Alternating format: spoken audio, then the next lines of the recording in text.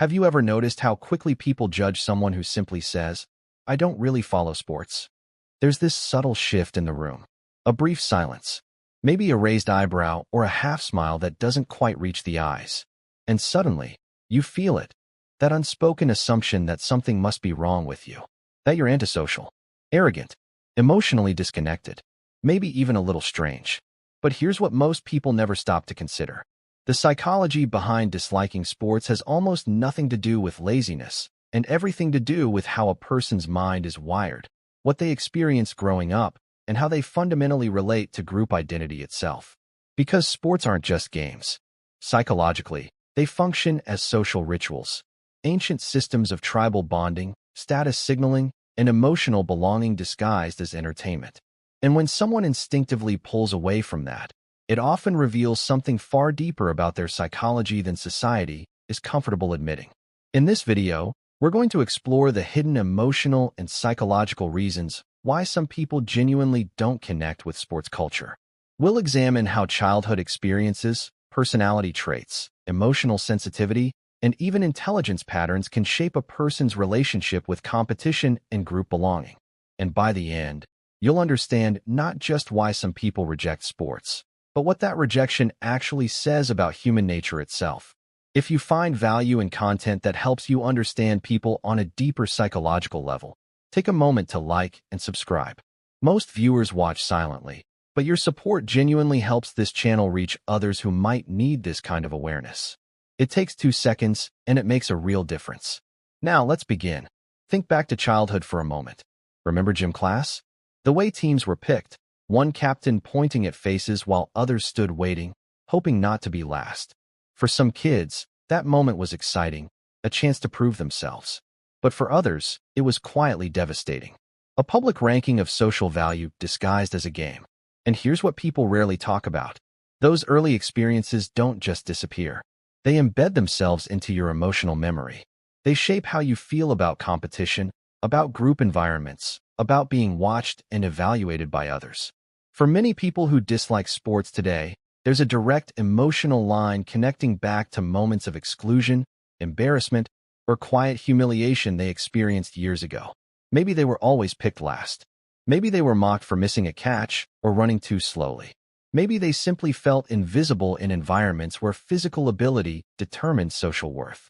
The mind remembers these things even when the conscious self forgets. And years later, when someone suggests watching the game or joining a pickup basketball match, there's an instinctive resistance that rises up, not from laziness, but from emotional self-protection. But it goes deeper than childhood wounds.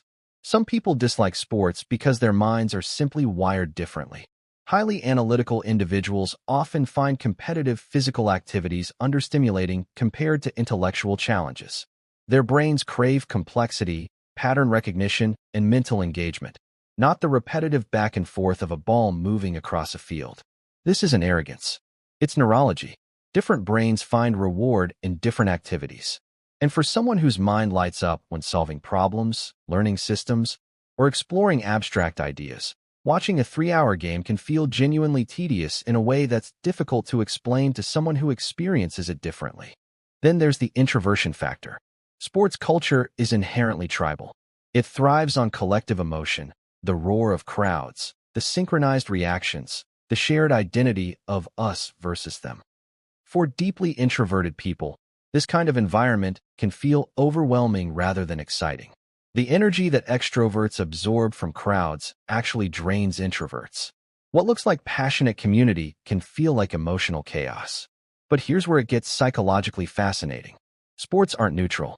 They carry enormous social weight. In many cultures, especially among men, enjoying sports is unconsciously linked to masculinity, confidence, social normalcy, and emotional health. It's treated as a default setting, something everyone should naturally enjoy. This creates an invisible pressure. When someone doesn't share that enthusiasm, they're not just opting out of a hobby. They're subtly rejecting a social identity that others have deeply invested in. And that rejection can feel threatening to people who have built parts of their self-image around sports culture. This explains why reactions to "I don't follow sports" are often disproportionate. It's not really about the games.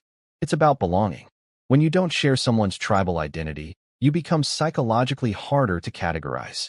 You're an outsider, and human brains are wired to feel uneasy around outsiders. What's rarely acknowledged is that many people who dislike sports are actually highly emotionally observant. They notice things others overlook.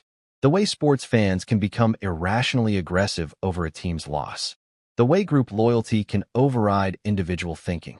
The way competition brings out not just passion but also hostility, tribalism, and sometimes cruelty.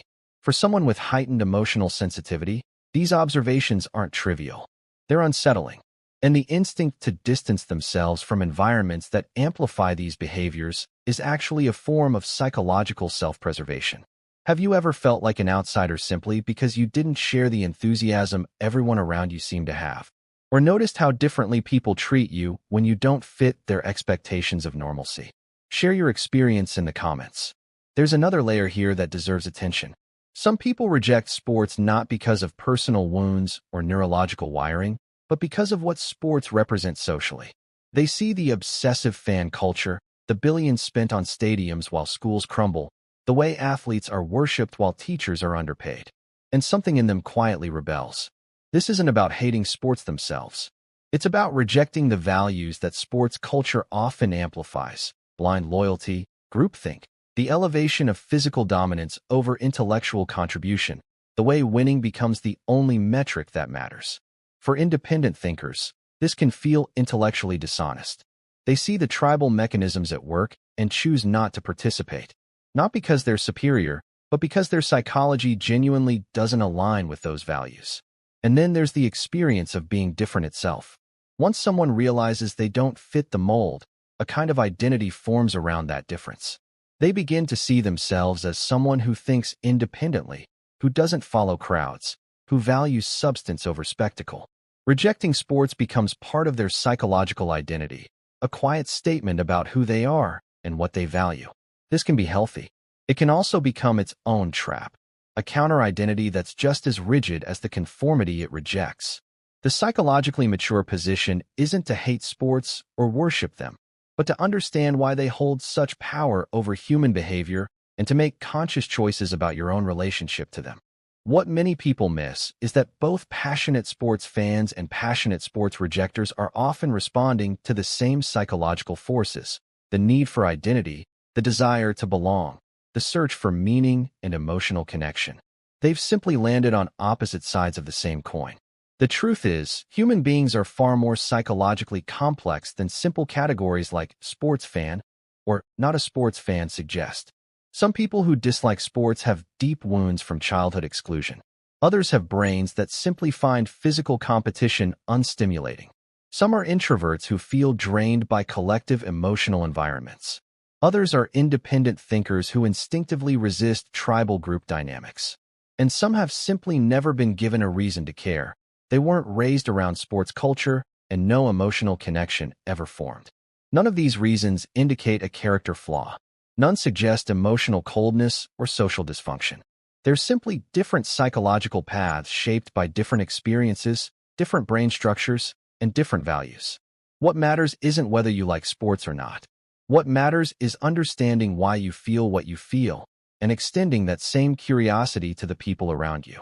Because when you understand the psychology behind human preferences, you stop judging people for being different and start seeing them for what they really are: complex beings shaped by forces they often don't fully understand themselves.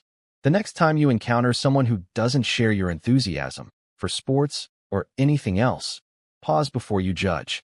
Consider what experiences might have shaped them. Consider what their preferences reveal about how their mind works.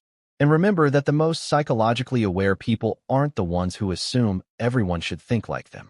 They're the ones who remain genuinely curious about why people think differently at all. Thank you for watching until the end. If this video gave you something to think about, take a moment to like and subscribe. If you know someone who might relate to this, someone who has ever felt judged for not fitting in, consider sharing it with them. And if you want to go deeper into understanding human behavior, I recommend watching the video appearing on your screen now. I'll see you there.